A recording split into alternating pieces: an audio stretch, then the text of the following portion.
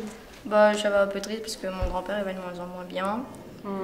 J'avais entendu des excuses d'une personne. T'es dans l'attente, c'est ça que tu veux dire? T'es dans l'attente des excuses d'une personne qui t'a blessé, qui t'a... Tu peux en parler légèrement? Bah, qui m'a blessée. Et qui s'est rendu compte qu'elle t'avait blessé, cette personne? J'en sais rien.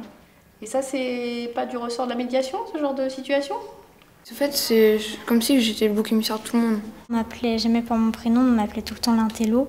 Puis la 6e, je suis victime des insultes sur l'homosexualité et ça devient pesant parce que j'ai plus envie d'aller au collège.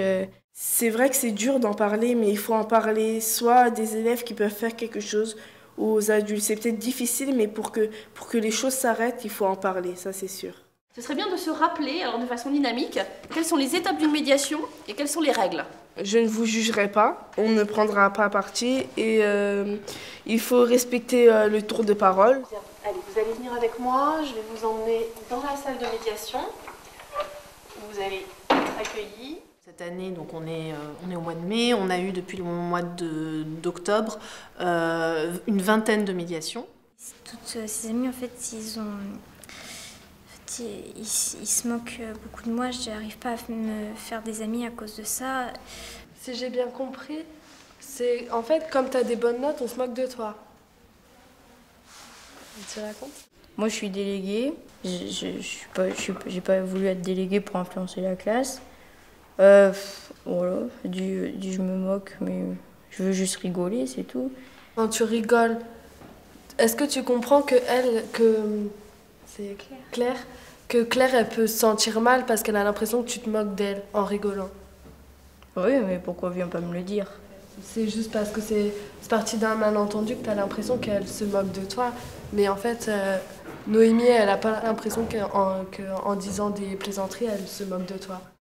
Un médiateur qui a dit « ça part d'un malentendu ». J'ai vécu ça, si on m'avait dit que c'était un malentendu, je l'aurais pas bien pris. Voilà, alors ça nous rappelle une chose très importante, c'est que l'étape de la reformulation des sentiments, ça sert bien sûr à essayer de trouver des choses communes. Si tout de suite en reformulant vous dites tu ressens ça mais c'est pas la peine de le ressentir, ça n'est pas justifié, vous l'excluez un petit peu.